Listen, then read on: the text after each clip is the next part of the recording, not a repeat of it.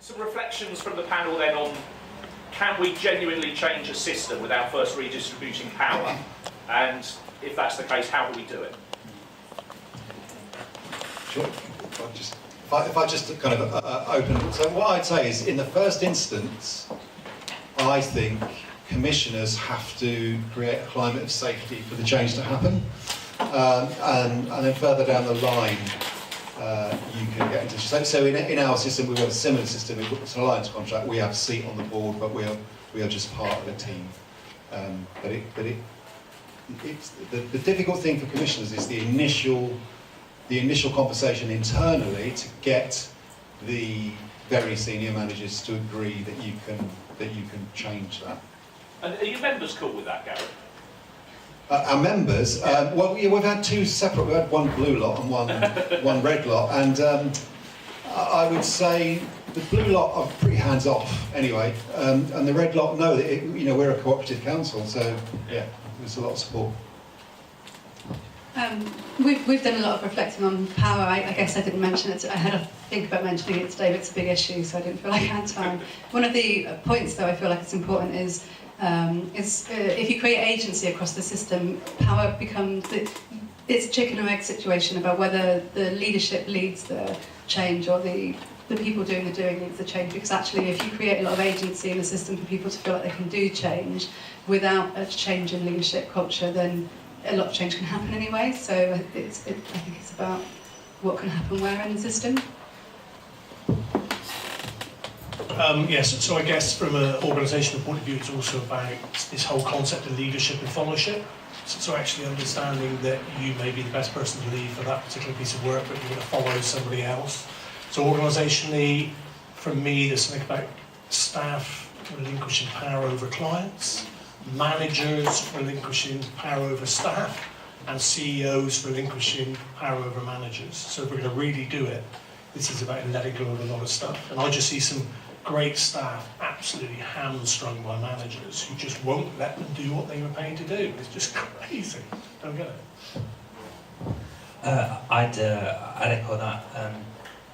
I think that our storytelling approach reveals lots of issues of power in the client service user relationship, and I've been involved in lots of interesting conversations about strengths-based approaches that seem to be about paperwork changes, but without recognising the dynamic of power.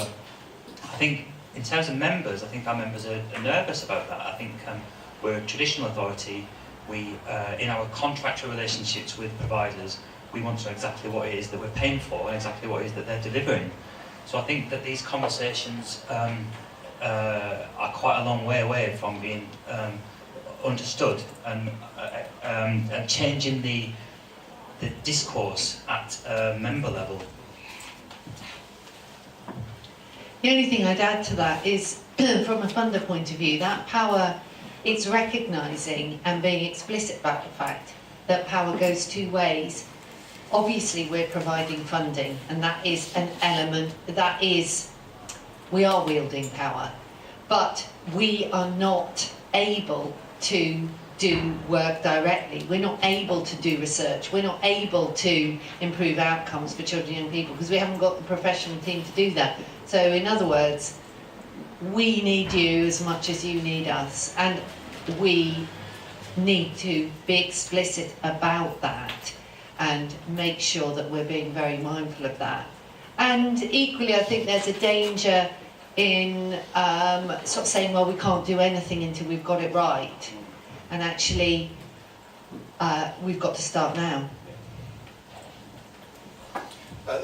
One thing I would add, which everyone has spoken about on the panel, I'm sure this resonates for a lot of you too, is, so you can call it storytelling, call it appreciative inquiry, call it co-production. What that does is, it does give you power. So, and it's not just listening to the stories of people with lived experience, it's also about listening to the stories of commissioners. So Kristian's thing about colluding with harm. A lot of commissioners feel that, and similarly involving, so we did a lot of work with key decision makers, listening to their stories, telling them our stories, so you begin to create a climate where people are prepared at least to think about sharing power.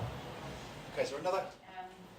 how do we get started given all the constraints? And there's a long list of constraints for austerity, culture, history, return on investment, statutory requirements. How do we get started? Let's go first. Coffee and cake. No, seriously, I mean, if I go back to what I said, that we committed to meet every Friday morning. We did that for over a year, and we drank loads of coffee and had some superb cake that one of the guys that come with made for us. And I think I think you're right. You know, it's nearly like some people are saying we want all the ducks lined up in the row before we start the conversation. Well, actually, just start the conversation. Just meet and have a conversation. Who knows where it would go?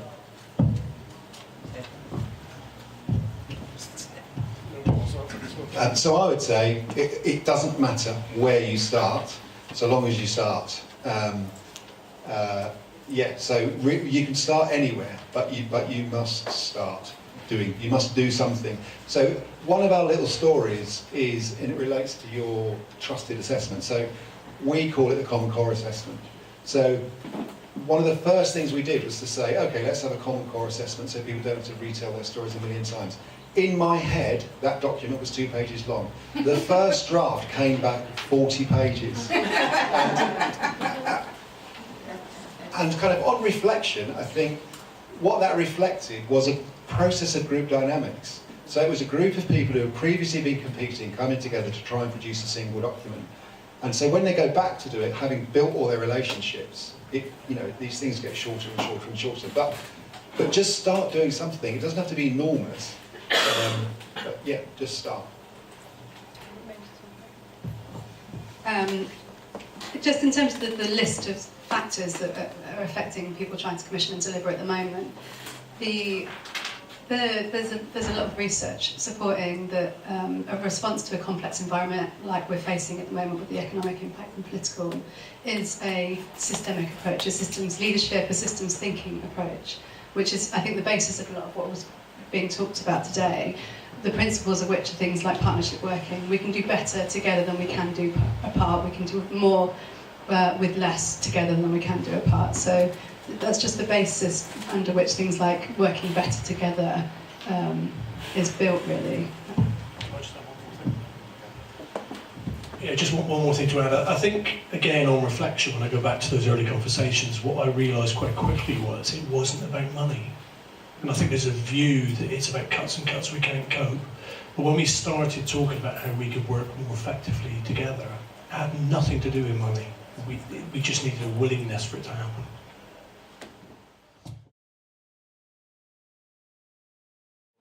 Yeah, so I mean, I think it's a really pertinent point. So in our case in Plymouth, because Plymouth was integrating with the CCG, all the very senior leaders did a lot of systems leadership, and then we did our kind of little collective. So we were a project that was big enough to prove a point, but not so big that if it fell over, it would bankrupt the council.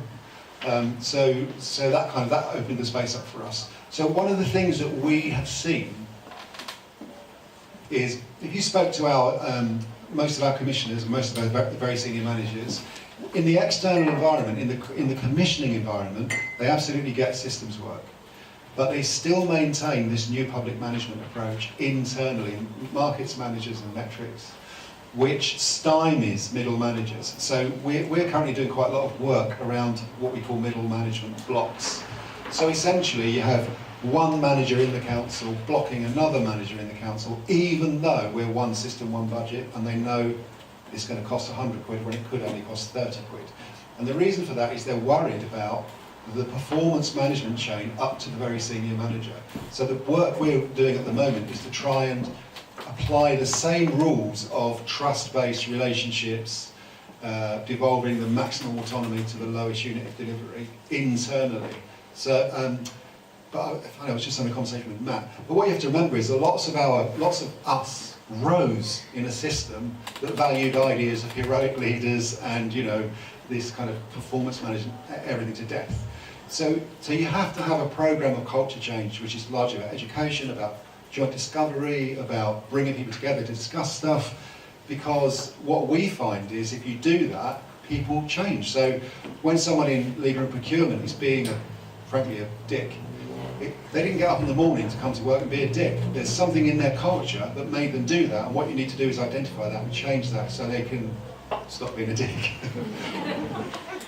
Yes?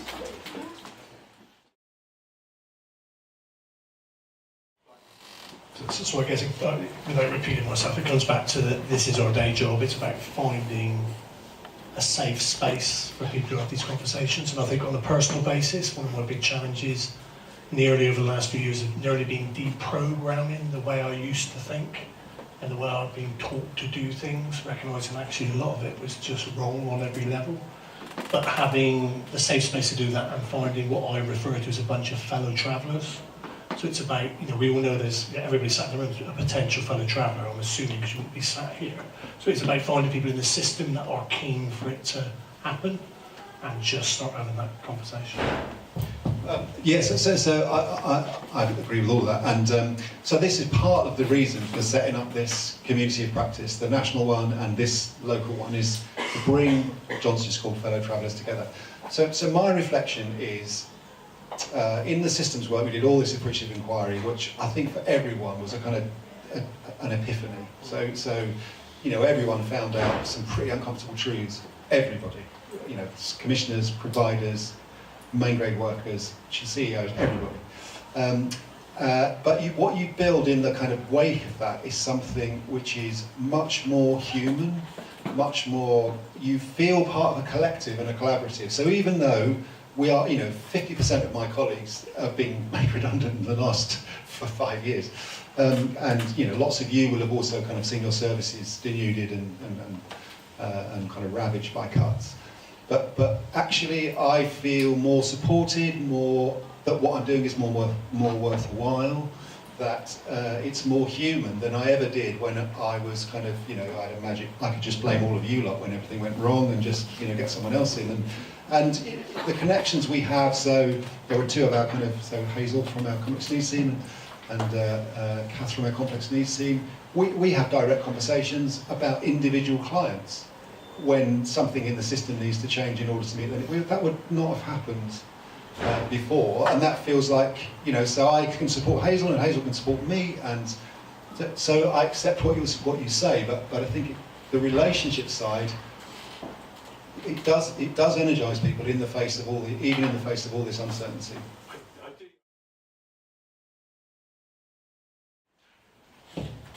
I just want to talk about a few of our reflections. So I get all of that, and I've been involved in this space for about 3 or 4 years, and my own energy and commitment to it shifts and changes over time. It's difficult.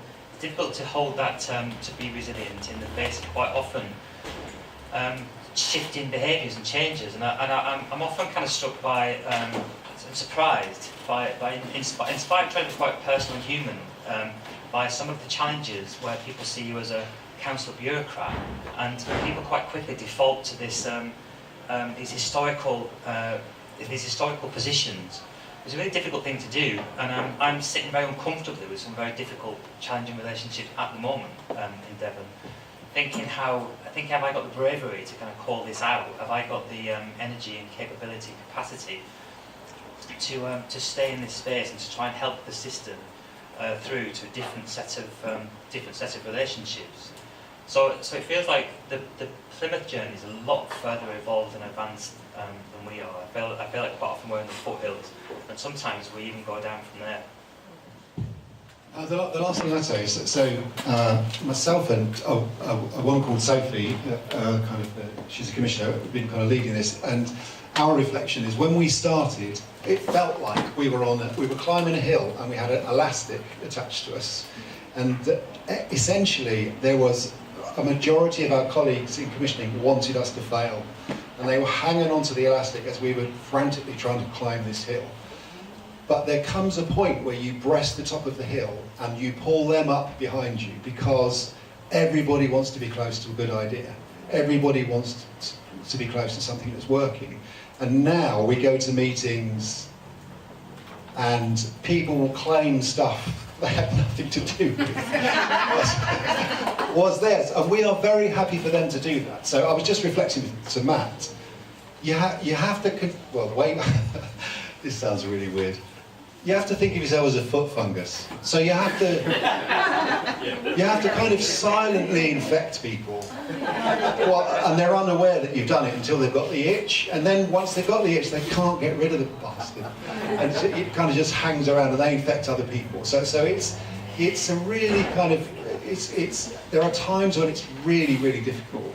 And people do, certainly when you reach a crisis, people want you to revert to type. So John talks about when we took the £500,000 out of the system, and we went to the group and said, hey, friends, we've got to take £500,000 out and we want you to tell us how to do it.